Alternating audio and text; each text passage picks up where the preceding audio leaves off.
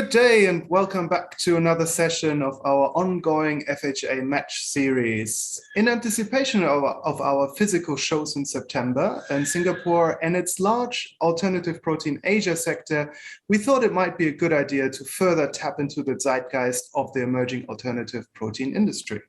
So the Boston Consulting Group suggests that every 10th portion of meat, dairy, eggs and seafood eaten around the globe will be made from alternative proteins by 2035. So there are a lot of new product launches for all protein almost daily, and the market is starting to get very crowded. Hence, we wanted to explore an effective marketing strategy for brands, manufacturers, and distributors alike, so they know how to best spend their marketing dollars. During today's webinar, Driving Diets with Dollars, promoting new protein products to consumers, we hope you will be able to learn about the push and pull of consumer demand, what consumers in Asia and APAC actually really want, what it takes to build a new brand, and how to set your brand on the path of success. Here to discuss this is a wonderful group of speakers, and we're really thrilled to welcome serial social entrepreneur Sonali Figueras from Hong Kong. Please, you can turn on your camera now. Who is the founder and editor-in-chief of Green Queen Media, an award-winning impact media platform that's advocating for social and environmental change. She's also the CEO of Eco Warehouse, a global sourcing platform for certified organic products. Hi to you, Sonali. Good morning. Good morning. Hi, everyone. So good to be here. Great. Wonderful. We also welcome Avinash Disamangalam from India, who's heading the food and agriculture practice at Moda Intelligence. He leads a team of over 70 researchers at various levels that engage in market research across food and agriculture value chains. Hi there, Avinash. Hi, Carl. Hi, everyone. Great to be here. Wonderful. So let's dive into New Zealand as well. We have Michael Clark, who is joining us from Christchurch. He's a founding member of the Better Bite Ventures. It's a VC fund dedicated entirely to alternative protein startups in Asia Pacific for now. And Better Bites has backed founders of over 10 plant-based, cell-based and fermentation early-stage startups, and is planning to do another couple of rounds in the next few years. He also is the founder and editor of Future Food Now, which is a leading newsletter covering all what's happening in that industry. Hi there. Hi, Carl. Hi, everyone. Good to be here. Wonderful. And last but certainly not least, we go and fly all the way to New York, where we have James Caffin, who is joining us at the very last minute, last hour, evening, 10 o'clock for you, I guess. James is a partner at Lever VC, I hope pronounces English well, which is a leading fund in investing in the food and agri-tech industries with a focus on all protein ecosystems. Previously, James sat on the other side, where he was a director of strategy and due diligence at JIRA, which is a consultant group that specializes in animal protein. So he can give us a great overview of both sides of the coin. So good day to you. Hi, Carl. It's great to be here. Thank you. Wonderful. Cool that we have that out of the way. It's I want to actually kickstart and have an icebreaker question for all of you. And I would like to start with you, James, actually. If you were to have $100,000 to invest at the very moment in the alternative protein sector, which company would you choose to put your money in? I think I may get in trouble for giving specific names. So I will dodge this slightly and say that if I was going to, it's going to be taking a step back and probably investing into those companies that are providing inputs into the alternative protein space. So those that are doing precision fermentation, those that are doing cell-based inputs, the companies that are going to create the products that can be incorporated into the plant-based space, they're going to create that sort of step change in the quality. And by doing so, really open up the addressable market for these plant-based companies. So that would be my sorry, not the answer you're looking for, but from a broader perspective, that's where I go. Very diplomatic. I like it. Michael, what about you? Where would you put your money? I will be diplomatic as well. I won't name any specific company, but what I will do is maybe taking more regional approach to this. So I would definitely invest in Asia or Asia Pacific. That's where I focus my investing anyway. I just believe this is the most promising, the largest protein market already, the fastest growing, and so important from all environmental aspects as well. Right. Sonali, I know you're very much into that as well. So how about yourself? I would put the money into actually startups that there's not enough of, which is um, the consumer awareness part. So I think that there's a lot of technology, but there's just not enough. I don't think consumers have caught up, especially the mass consumer. And so I'm looking for projects and ideas and solutions in that space that help to get all these technologies and products to a broader market. So to be honest, I'm not sure exactly how that looks, but it's not just media, but it's tools that help people bring these products into their daily lives. Because I see there's a bit of a gap with that, where it's happening a lot in restaurants and eating out, and there's a lot of excitement and hype. But our research and our feedback shows that consumers are still very confused about inserting these into their daily lives. And so I think that's a hurdle that we need to overcome. Right. I think we'll explore that in a little while, just talking about exactly that, the educational component. I would like to start the whole conversation actually with Avinash to give us a little overview of what the industry is currently looking at in different countries, what our consumer trends look like. And just to highlight as well, I mean, the Boston Consulting Group is estimating the market to be 290 billion by 2035, which is a staggering number, to be frank. It's unimaginably high. So Avinash, what is your take on it? So the race for market shares are on. So, but how do you best achieve that? What does the data suggest from your point of view?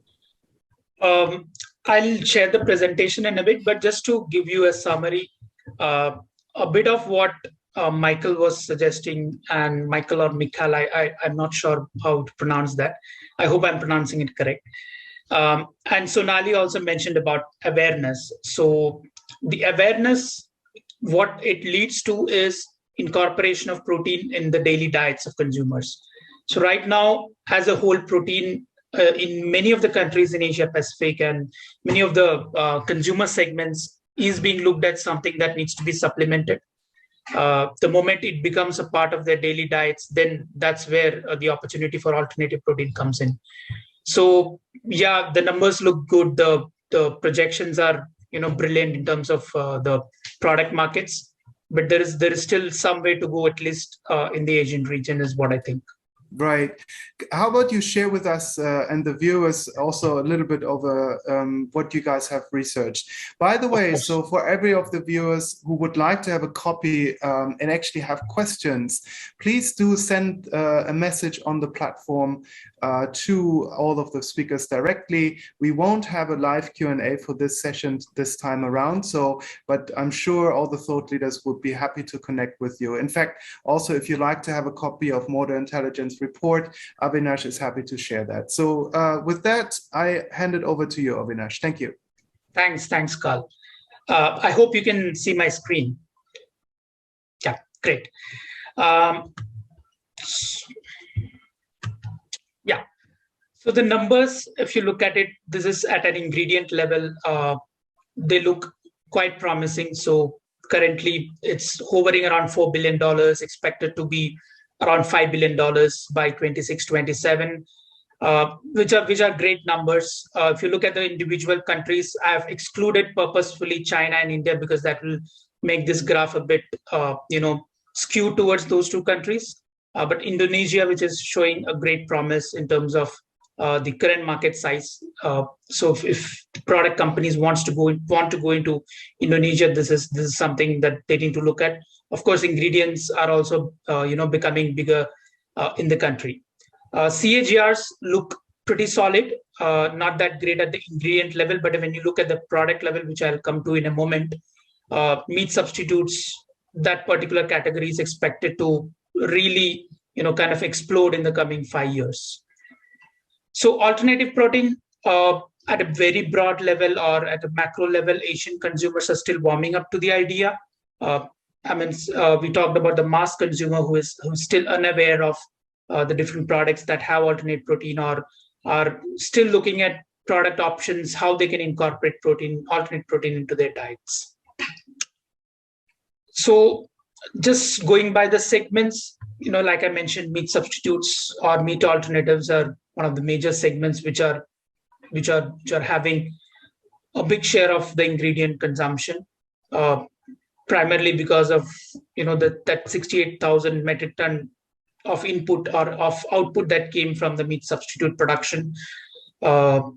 Again, growing at over 15% CAGR, so that is expected to take a lot of our discussions further, and it's going to be some market to look forward to in Asia. The other food categories are also very significant, I would say, especially if you look at something like dairy. Of course, comes along with the meat alternatives space, but apart from that, if you look at snacks and smaller segments, they are also expected to grow in a big deal, because I think a lot of supplementation, the next step of supplementation or consuming protein supplements is kind of incorporating them into the diets in the form of snacks, and then proceeding to something like a main food, which is like a meat alternative. I'll focus on the next two slides a little bit more. If you look at the evolution of the consumer, so since we will be talking a lot about how the consumer is getting evolved, I also wanted to juxtapose this with the product life cycle. So if you look at alternative protein as a product, in an early phase, consumers focus more on supplementation. So if you look at markets like Vietnam or some of the more emerging markets, a lot of supplements. I won't say that it will overpower the food and beverage segment, but more of protein is consumed in the form of supplements, and especially alternate protein. The caveat here is that the introduction of a consumer to a protein-rich diet is always, what we have observed is mostly in the form of animal protein and primarily whey, where moving from Asian diets which are rich in carbs to a protein-rich diet always starts with whey protein, and then slowly it moves to the other protein sources. In a growth phase of the market, if you look at Indonesia or countries like even India, the consumers have a focus on protein-rich diets, or there are large sets of consumers or segments of consumers who focus on protein-rich diets opposed to supplementation. Here is where the vegan awareness regarding vegan diet or flexitarian kind of habit comes into picture. So you can see a lot of segments like meat substitutes, bakery, breakfast cereals, snacks. So these kind of segments showing a lot of promise. I'll touch upon the ingredient forms as well. So concentrates, protein concentrates hold a big chunk of the volume in terms of the introductory or the early phase, or the countries or the consumer segments who are still getting introduced to proteins. Whereas as the consumer becomes more aware in the mature phase, isolates hold sway. There is also something interesting that I wanted to share regarding plant proteins as well, what we studied extensively and what insights we got, especially in terms of the sources. What we feel is that as the consumer becomes more aware of the sources, they start with soy as a plant protein source, and then they move into alternate sources like pea protein, which is used in more of meat substitutes, or they have the properties that can be easily they can be made into meat substitutes. So as they get into the food kind of space for protein consumption, food and beverage, or incorporating protein into their diets, they start to look for alternate sources. They want different kind of products. So that's where the opportunity really comes, and that's where the market is going to really grow in the next 5-6 years. For that, I think we have to cross that channel from consumers looking at supplementation to them incorporating protein as part of their daily diets. The other small point I want to touch upon is product innovation. So if you look at the companies in the market, still there is a lot of room for organic growth. We have investors like Michael and others who are investing in this market. So product innovation is going to be the key, and something that investors need to look forward to invest in companies that have a lot of innovative products, patents, a lot of such kind of growth opportunities. In terms of the ingredients as well, a lot of focus is on isolates at the moment in growing markets, whereas concentrates hold sway in markets such as Vietnam, or markets where the protein intake is still kind of increasing, or people are trying more for supplementation. So this is what I had in terms of sharing the data and the brief insights, and probably we can get into the discussion and come up with more very, very interesting conversations. Absolutely. Thank you so much for sharing this. I know you have much more details there, but I think I want to hand over to Sonali with the first question, because she is very much on the storytelling side, and that moves us also to the marketing conversation that we will having now. So Sonali, I mean, each of the current large companies in the alternative protein space, such as the likes of Beyond or Impossible, they have a special ethos, a special value to what they propose, right? So Ethan Brown from Beyond, he's passionate about climate change, while Pat Brown from Impossible Foods openly says he wants to eliminate animal agriculture. How important, in your view, is purpose in the marketing debate and the storytelling? Yeah, I think it really depends. I think for Impossible and Beyond, because they were the pioneers, they were almost allowed to have this very kind of actually activist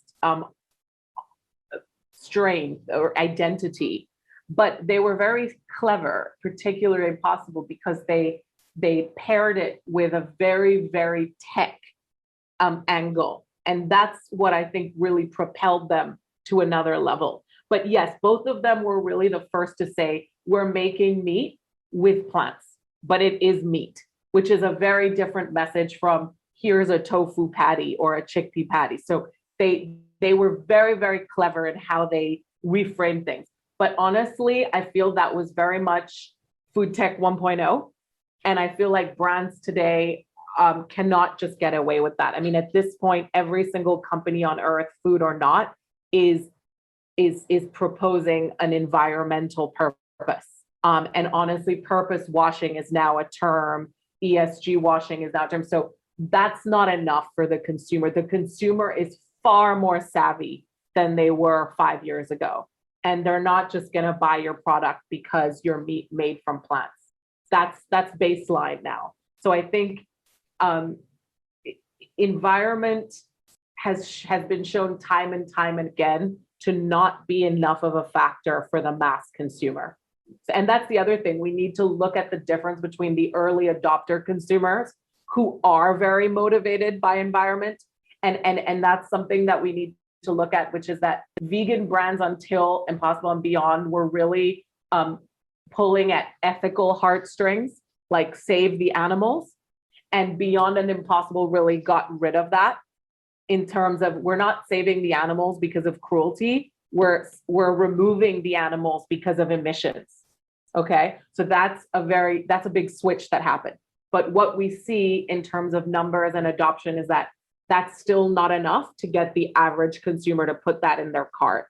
And so what we need is to look at health and affordability and taste. Right. And so those are really, for me, the three levers, especially in Asia Pacific, that will drive the consumer. And on that, there's not enough work being done, in my view. Right. I think you put it very nicely there, that it's down to the basics, basically coming back to parity, taste, and value altogether for consumers. In fact, also, I'm not certain if Beyond and Impossible actually released their CO2 emissions in terms of how they produce their products either. They so do. They do now. Okay, no, they did from the beginning. They had an like a mini LCA, and that was one of the ways that they came out and they said, this is our product versus ground cow beef. And that was a huge part of their marketing. But today, that's not enough to move forward. I think this ties into what James actually told me during our previous conversation when I asked him about joining this panel, because he's very much going and reiterating back to basic principles when it comes to marketing. So alternative proteins should first match animal protein in taste, texture and price. This is what brands should focus on from the very get-go. James, can you elaborate on that a little bit further? I know you're investing in that heavily and you have a big input on how to strategize on this. So maybe give us your take on it. I mean, yeah, sure. It doesn't necessarily, the strategy comes a little later. At the end of the day, as Sonali said, nowadays it's a prerequisite. You have to be basically a cause-driven company in the space, but there needs to be a high-quality product behind it. And that's going to be actually one of the biggest challenges I think we see in the space in the next 1 to 2 years. We're shifting from an environment which was very founder-friendly. There was a huge amount of capital coming into the space. You had strong tailwinds from a consumer perspective, from a legislation perspective. We're starting to see a little bit of a shift there, and it's going to be the companies that really have put the capital into the R&D department, into the new product development department, really trying to sort of bring that product forward. Those are going to be the companies that come out of this a little bit stronger. And one of the other angles, yes, as this sort of competitive environment increases, there becomes a little more pressure on the strategy about how do you select the right products? Do you move into perhaps incorporating into ready meals? Do you try and take a step down that value chain? What are the best sort of product channels to go through? Do you focus on the food service versus retail? And then within retail, where do you want to go? We need to see companies making slightly more informed strategic decisions about their sort of route to market and how they articulate that to consumers. Right. And Michael, I mean, you invested for many years already into that segment because you're vegetarian and vegan yourself. So it probably was not the early adopter, but it's more like an ethical choice kind of adoption from the start, and a bit different to what Sonali and James reiterated on the secondary adopters. But so your investment for companies that are novel in that space, I mean, why would you invest in one company, and how does your investment basically translate into their marketing strategy? What's the role of an investor like yourself in driving companies to message it, to brand it the right way? Yeah, you're right. I was an early adopter myself, and you know what, I sometimes jokingly say that like I invest in these companies because I still want better products for myself, and you know that's one way of getting them as a vegan.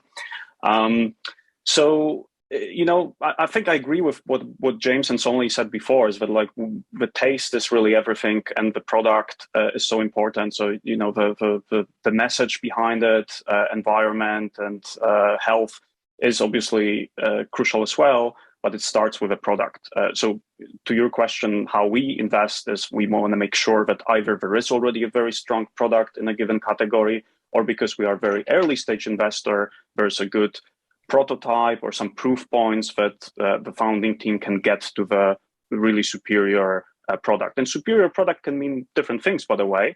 In Asia context, it can mean the product that really addresses the taste profile of specific cuisine or specific consumer in specific country, right? So a lot of global brands that we all know are having more of the Western formats, they don't always work well in specific Asian markets or Asian cuisines. So what we are looking at is this specific Asia angle, talking to the local consumer, designing the product around the local consumer.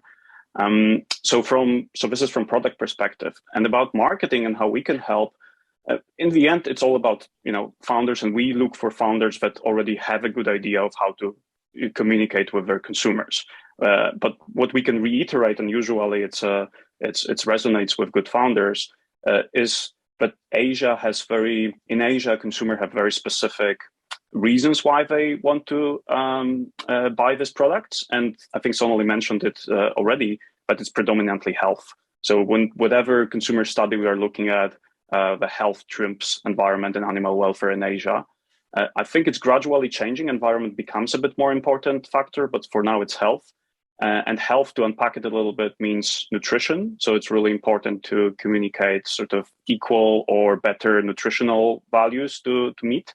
And also, it's specifically Asian context for health is low fat and weight loss. So quite a lot of consumers are actually specifically looking for these products to lose weight. Right. Again, looking at the Asian context, Avinash gave a few numbers here on different markets such as Indonesia.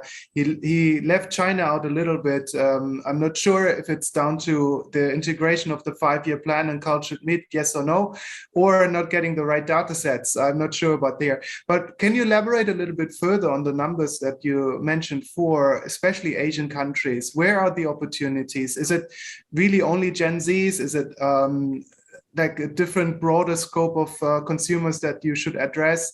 Is it the way that you go into the market through e-commerce, direct-to-consumer retail? Where do you see opportunities?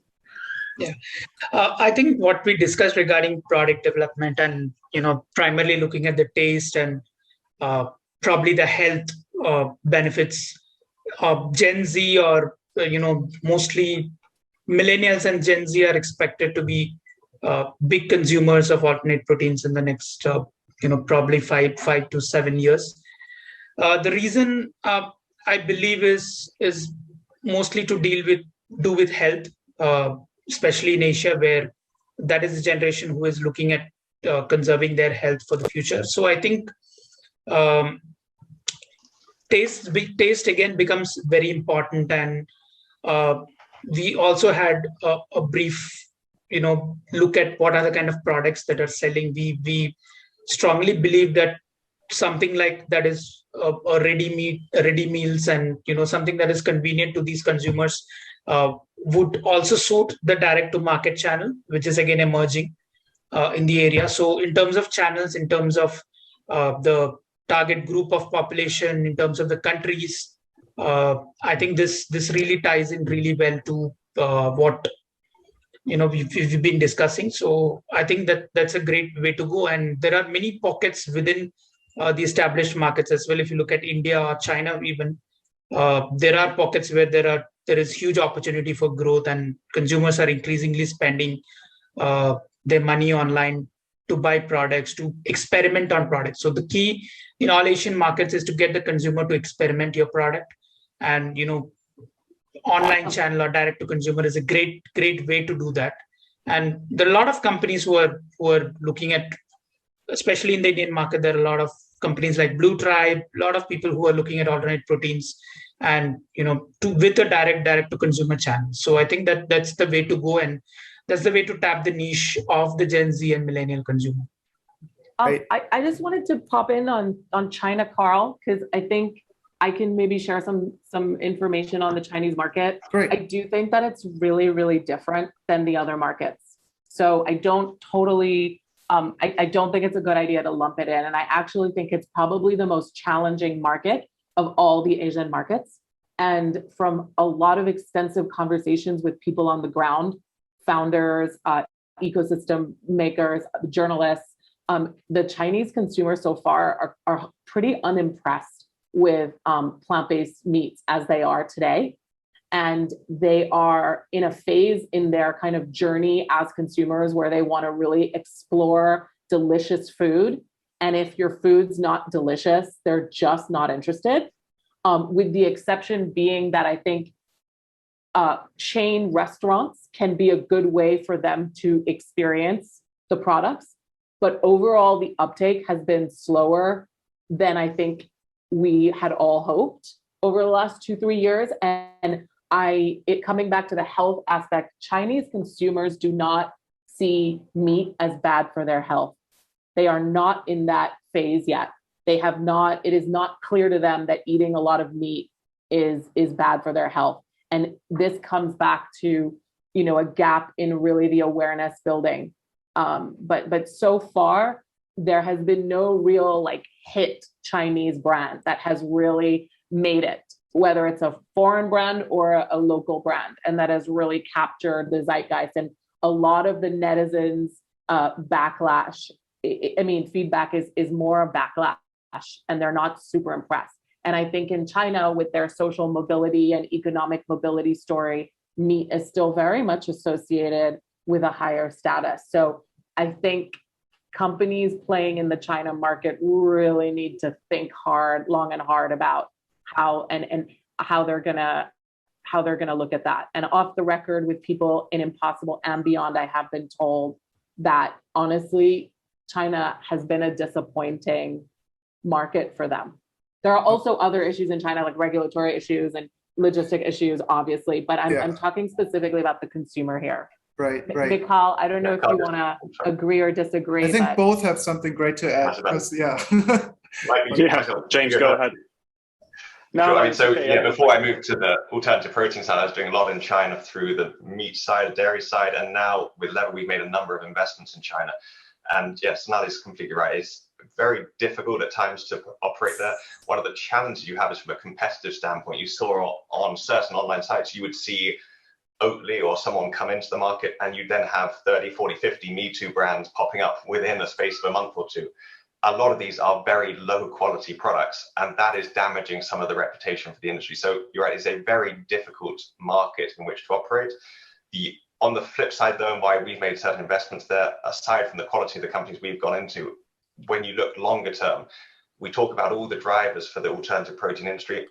Being included in the 5-year plan is arguably the most important thing that's happened for alternative proteins around the world. If you look at solar panels, high-speed trains, when they made it into the 5-year plans, they went from nothing to having 10 times more than the rest of the world combined in the space of 5 years. So the support that will come both indirect and direct to that industry is going to be absolutely phenomenal. And obviously it's going to favor the sort of local Chinese companies over a lot of the sort of international brands coming to the market. So it still may not be an easy market to come into.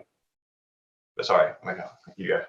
No, I think that's spot on. Like I have basically nothing to add. But the only thing I would add to, and I agree with everything, and we think the same way, sort of short-term challenging, long-term very promising, and I'm also bullish about this 5-year plan inclusion, not just for plant-based, but also for cultivated meat and other technologies. Just one comment that is more broader in Asia. I think we talked a little bit about consumer perceptions and the fact that they don't necessarily like the current products, or not always, that the bar is set very high for this plant-based products, especially on the meat side. One of the reasons is that in Asia, plant-based meat was around for ages, and people have certain perceptions, and it is related to this old school sort of mock meat products that are around in China and other countries, and that most people either heard about or tried, and they weren't impressed. So they now need to understand why this new wave of plant-based product is substantially better to encourage them to actually incorporate that into their diets. I guess this would also be quite important then to mention the way that you address this to the consumers, the educational component. Especially in China, you use celebrities very often in order to communicate with anybody and that through social media, etc. And you see the same happening also in the West with A-listers from Lewis Hamilton, Snoop Dogg, etc. onwards, adopting these as an investment point of view, and then using their voice to, and drum up more support for the companies. So how would you see that in terms of marketing, especially China versus the West, in terms of using celebrities on the payroll of those companies? I know, Sonali, you wrote about that recently, so I will hand that over to you first. You mean the celebrities? We did a roundup? Yes, exactly. I mean, I think there's clearly a trend happening. I mean, Kim Kardashian, obviously one of the most followed celebrities in the world in the non kind of China space. And Anita in Brazil, teaming up with Future Farm. Kim was Beyond Meat. And then you've got all these kind of really, really well-known actors. Leonardo was obviously the trendsetter here, coming in and putting their money behind these companies. I think they're kind of playing a little bit of a Bill Gates kind of thing, where they're kind of really looking to, better manage their wealth into alternative investments. And food is an easy win, and it's a great win for the companies. I think that what celebrities do is they bring this kind of mass content headline, clickbait kind of feeling to it. But I'm still wondering, I think they bring awareness. So they make the case that this is becoming a trend and that this is something people need to have on their radar. But I do wonder if they actually move the needle at the supermarket. Like, is someone going to the supermarket and looking at, meaty foods if they're when they're at the supermarket and going, oh, Iron Man invested in this, so I'm going to buy it? I don't know. I actually think that the niche and kind of what we call micro influencers could be more useful to actually get consumers to buy the products. So I think it works from a macro way to have the celebrities involved, and it gets you plenty of coverage. And I'll tell you very honestly that celebrity coverage gets 10 times, 20 times the clicks of any other coverage. But I think that it's not necessarily that's going to move the needle for buying the products. And that's where I think Michal was very right when he said you have to localize to each market, and you have to find the celebrities or the influencers or the activists or whatever, the personalities that really can speak to the actual shopper, which I think is different. Right. I think one important point, looking at China again, was the conversation that Michal just started on taste. It needs to taste really good, otherwise they don't buy it. But then the argument also would be around shark fins, which don't have a taste, they just have a consistency, and they're basically promoted because, like the rich and famous, they basically consume it. So, and I want to give that question to James, because you've been spending some time in China and you see what celebrity cults can do and move markets there, especially influencers as well. Would you agree with what Sonali just mentioned in terms of how it might be different in China versus the West? For sure. I mean, you can see that celebrities have a huge power to move the needle on these things. I think it's going to be slightly easier in the fashion, in the sort of cosmetics industry. There is a lot more pull there when it comes to the consumer. As we sort of, I think, when we first started on China, one of the most important things, though, is that taste and the quality of the products. So you can dress all these things up as much as you like.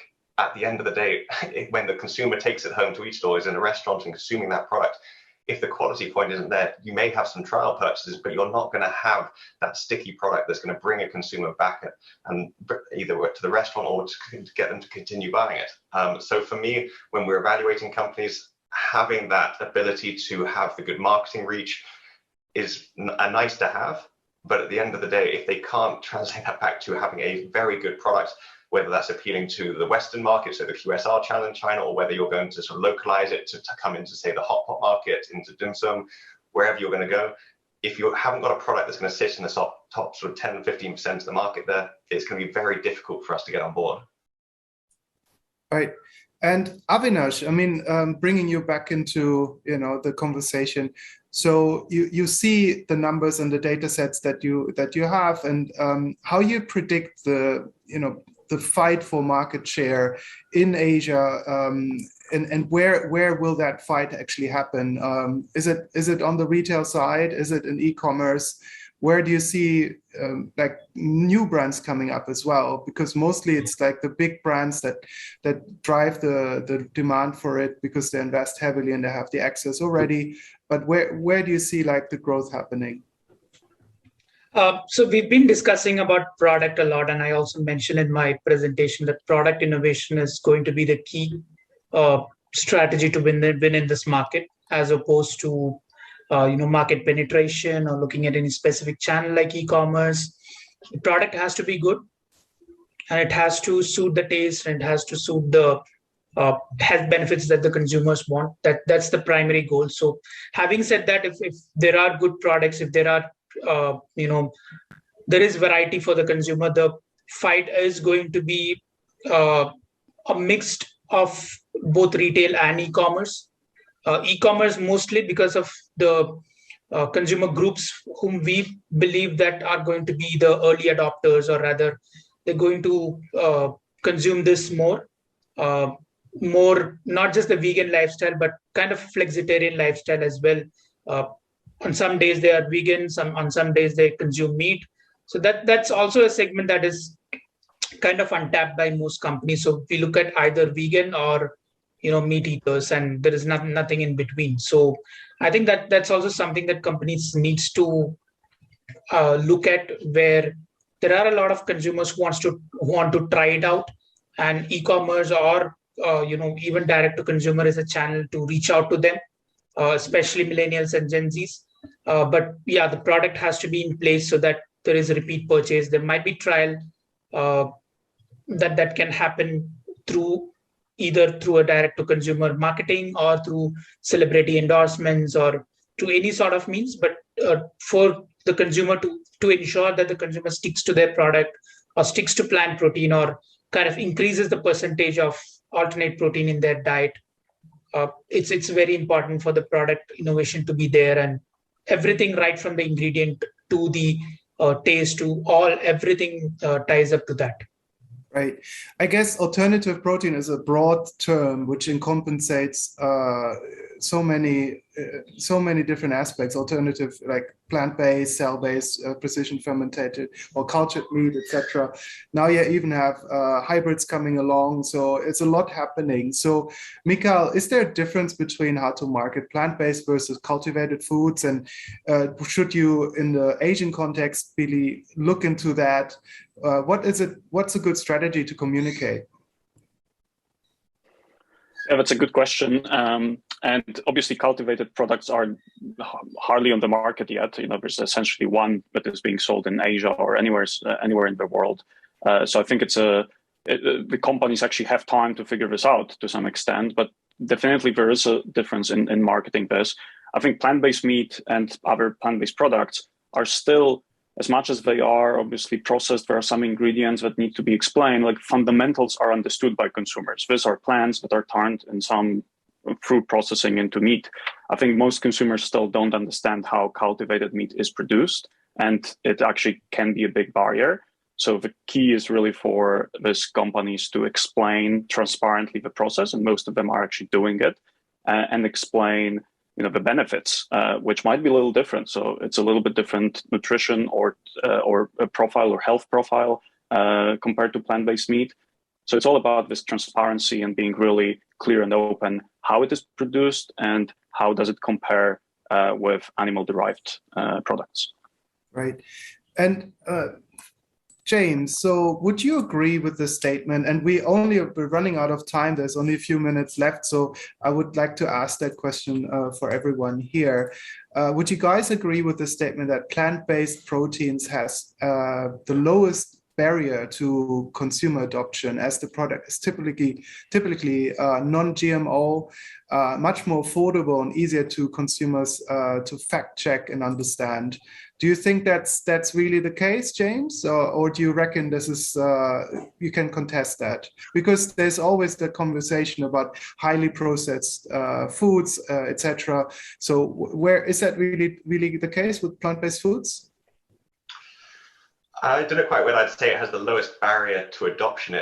It's certainly because there is a lot of companies out there who are very successfully marketing their products. You are seeing those trial purchases. But generally, I think one of the things you mentioned there was health.